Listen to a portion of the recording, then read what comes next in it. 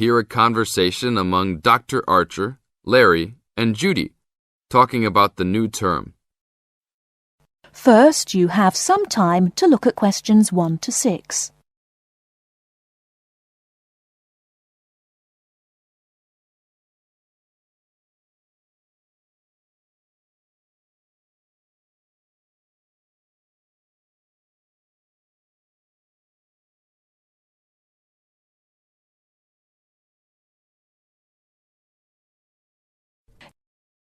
Okay, everybody, welcome back to the new term.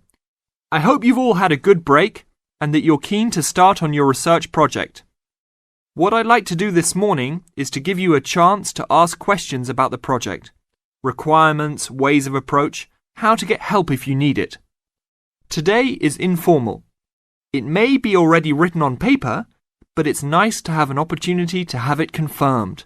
So, any questions? Dr. Archer, is there a confirmed due date yet to hand it in? Yes, I can now confirm that it's 16th of July, not 15th as first advised. Okay? And what about the word limit? Well, there is some flexibility on this, but in general it's 8 to 10,000 words. Ah, I see. And you can choose your topic, anything from years 2 and 3. Yes? I still can't work out what I want to do it on. In that case, you should see your course tutor to agree on your final topic, and you should also be aware that there is special assistance available at the library on library resources if you need help on that. Can I just check on the deadlines for everything? Certainly. Look, let me write it on the board when each stage should be completed. First of all, you've got to work on your basic project outline, and that's due in to your course tutor by 21st of February. Which is only 2 weeks away, so you need to get cracking on that. Do we have to include a full reference list by then too? No, your reference list is due on 6th of April, which is 1 week later, so you have time to discuss this with your tutor. And when should we be doing the research? Well, that's over a 1-month period, essentially April to May. And the write-up? Well, you need to do quite a bit of research before you get going on your writing, so that's really May to July, with the due date for handing in on the 16th. Any more questions? Before you hear the rest of the conversation, you have some time to look at questions 7 to 10.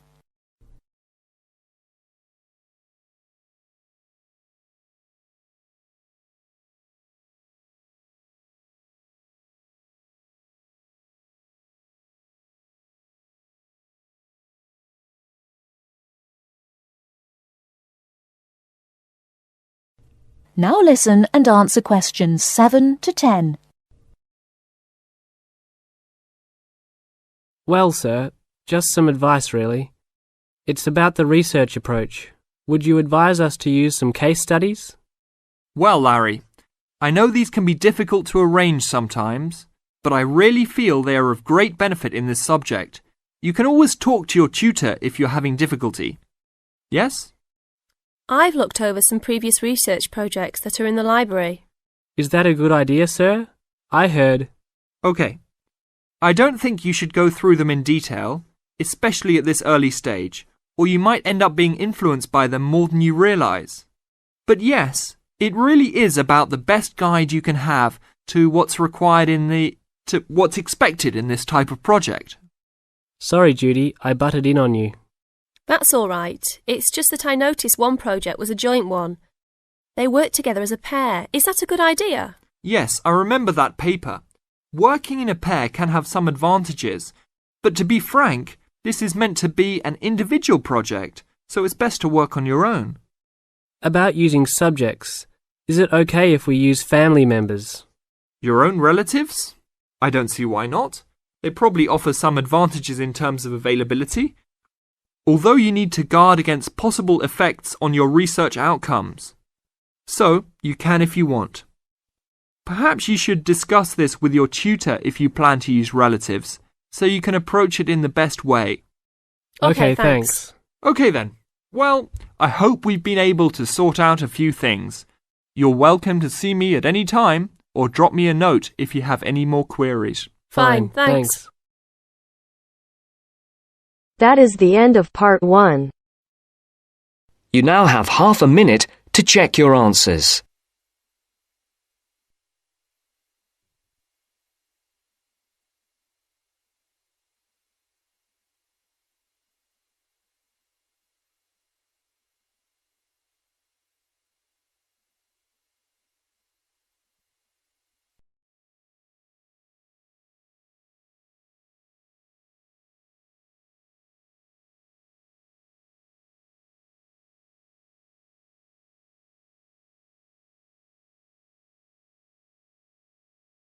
Now turns to part 2. Part 2. Everyone knows that we have achieved a huge amount in terms of space exploration. First, you have some time to look at questions 11 to 16.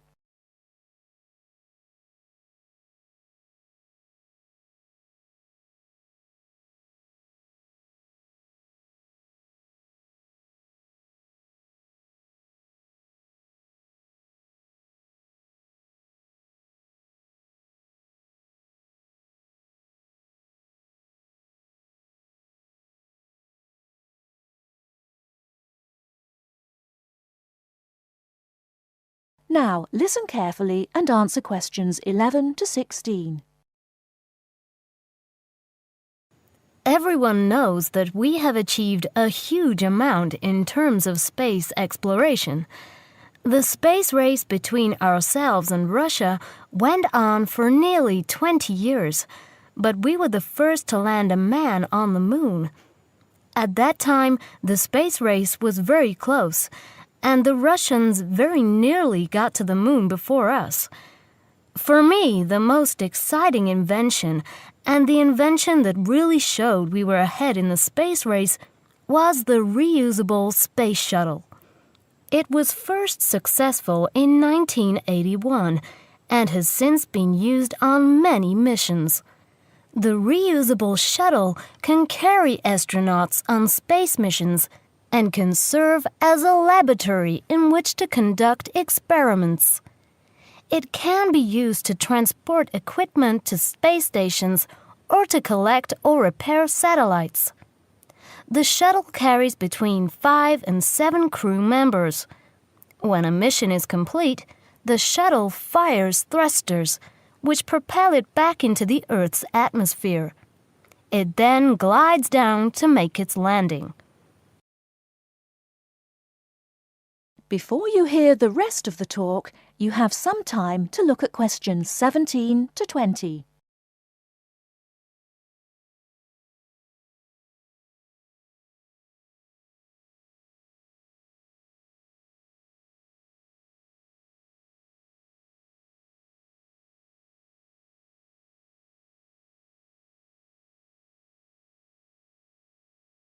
Now listen and answer questions 17 to 20. Although the remains of very early ovens have been found in many parts of the world, it was here that they were first used frequently in people's homes.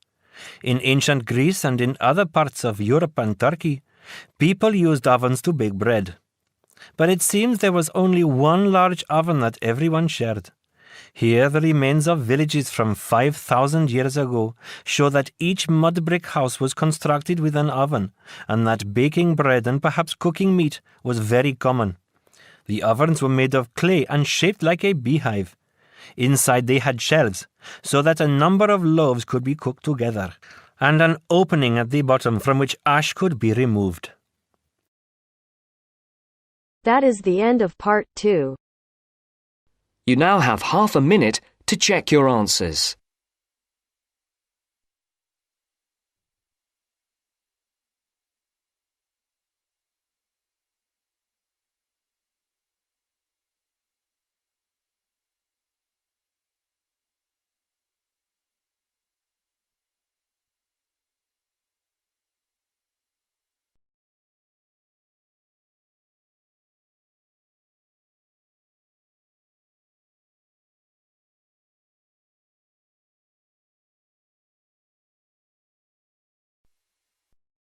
Now turns to part 3.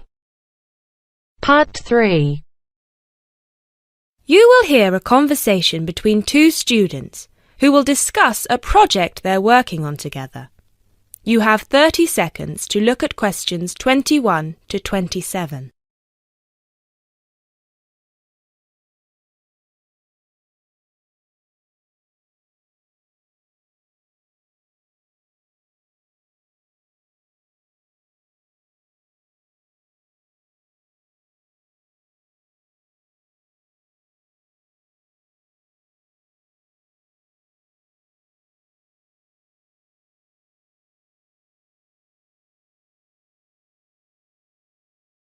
Hey Jess, glad you could make it. We've got a lot to discuss. Hi, Matt. Yes, sorry I'm a bit late. I did bring all my notes with me. Yes, me too. Where shall we start? Well, I think it would be a good idea to clarify our objectives just one more time. Yes, good idea. Okay, here we are. We need to record, photograph, and identify the plant species in 10 1-square-meter plots. Does it say anything about where these plots should be and how they should be laid out? Ah, here it is. It says that all the plots need to be no more than 10 meters apart. And how do we choose them? Ah, this is the fun part. I remember this. Here we are. Make a 1-meter square frame using bamboo sticks available from the department stores. Yes, we've already done that. I know, I'm just reading the whole section. Okay. One person stands roughly in the middle of the chosen area and throws the frame. The other person uses a tape to mark out the square where the frame landed and returns frame to thrower. The thrower then turns a few degrees on the spot and throws again. The thrower must turn slightly after each throw and vary the force of the throw until after the 10th throw they are pointing in almost the same direction as the first. That sounds a bit complicated. That's only because it's all in writing. It's just a simple throw, turn, throw, turn, throw, turn until we have 10 squares. And I guess you want to do the throwing. Well, if you don't mind. I'm sure you'll be more accurate at marking the squares. Yes, I am sure I am, and I'm sure you've got a stronger throwing arm.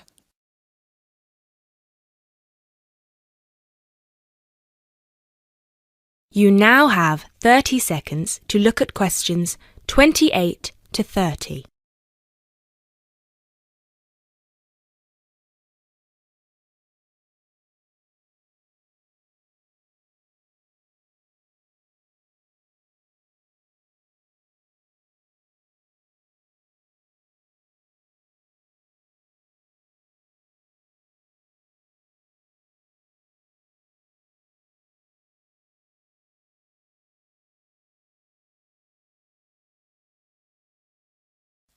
Okay, good. We've got that sorted. Now we need to decide where to go. Yes, I've been thinking about that and I've brought the map. Ah, well done. I forgot mine. Now, I've identified 3 possible locations, but they've all got some disadvantages. Okay, fire away. Well, the area around this lowland marsh could be interesting. There'll be a lot of interesting water plants here. Looks good, but what's the problem? Mainly that it's already a designated nature reserve, and I think there's already been a lot of research done here. Ah, I see. Well, I'd rather do something that's new and can be useful. I agree. That's why I identified this area further west. See, here, behind the beach. Oh yes, I see. That area there, where it's flat, but quite high. Exactly. If you look a bit further inland, you'll see that there are hills which will protect that area from strong north winds. I see. Excellent. But what's the problem? Just that it may not be very interesting. We know that the geology there is not conducive to a wide variety of plants. I agree. So what's your last idea? Well, I think this one is a bit of a winner, although I did want to show you the other 2. Look up here on the north coast. Where? See this bay? Well, I know that there's been quite a lot of studies done here, but a bit further to the east, behind this headland. No one has ever looked at that.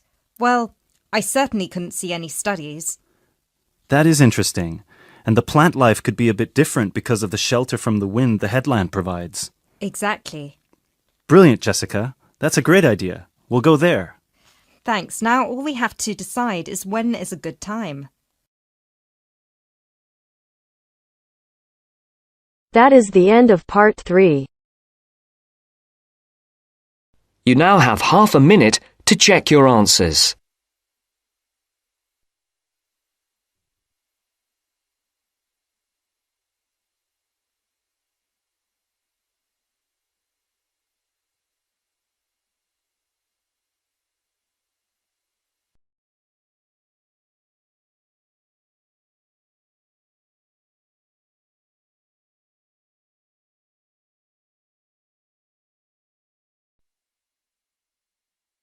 Now turns to part 4. Part 4. You are going to hear some facts and figures about Australia. First, you have some time to look at questions 31 to 40.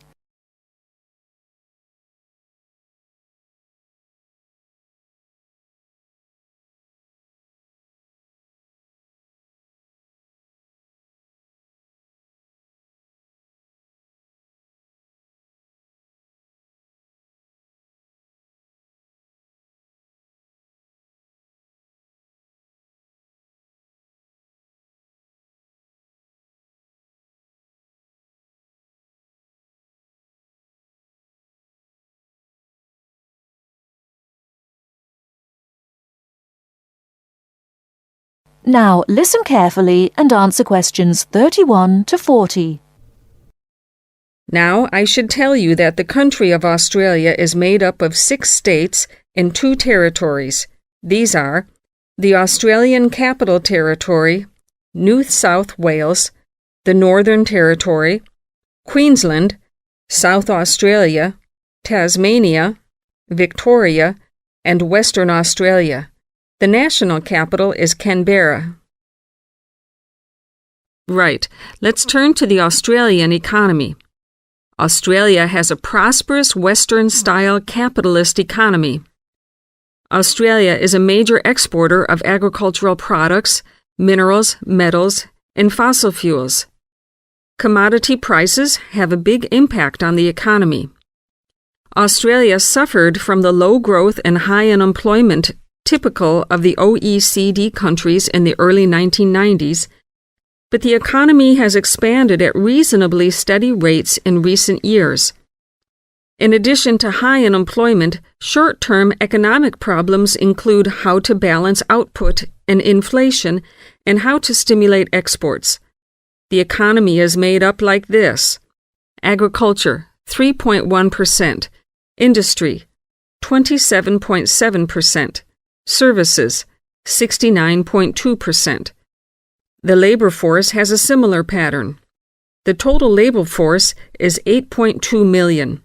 34% work in finance and services, 23% work in public and community services, 20% work in the wholesale and retail trade, 17% work in manufacturing and industry, and 6% work in agriculture.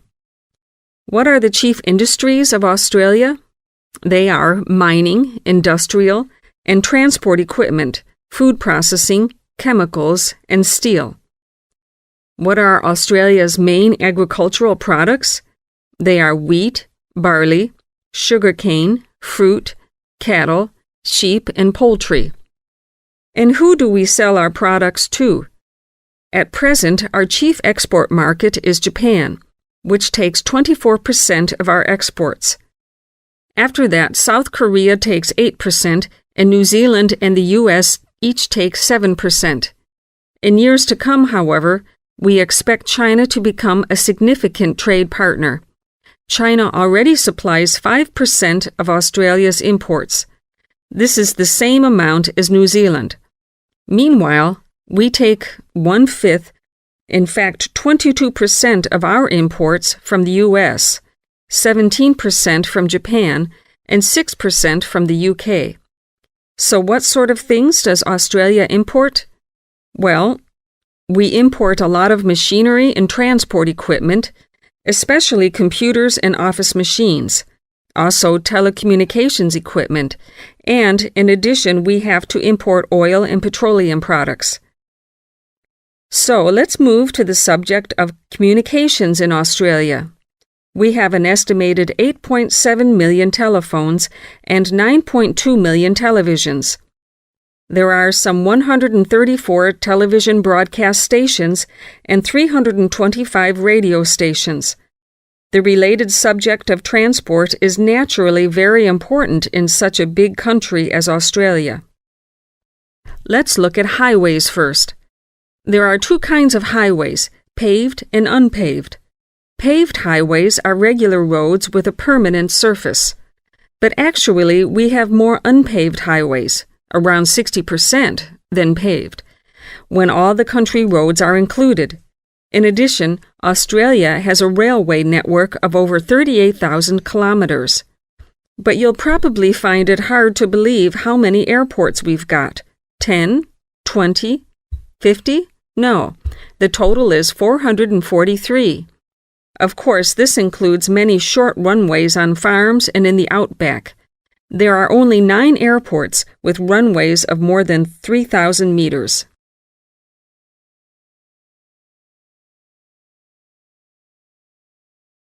That is the end of part 4.